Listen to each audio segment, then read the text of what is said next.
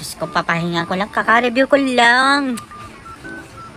Sige, mag-rank muna tayo. Para sampaling ko. Sa harapan niya. Charot. Ranking slam. Ano to? 6. Papalo sa... Para siyang ano, langaw ba yan? 2.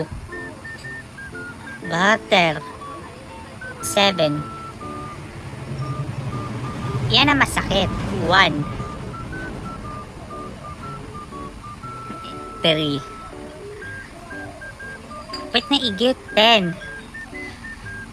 Diaper. 9. 4. Sa isda. 8. Cactus. 5. Ayan honest reaction to or honest yung ranking ha. Tigilan nyo ko sa pagpapanggap na ng parang OA ng ganyan or na nandadaya. I like honest ranking.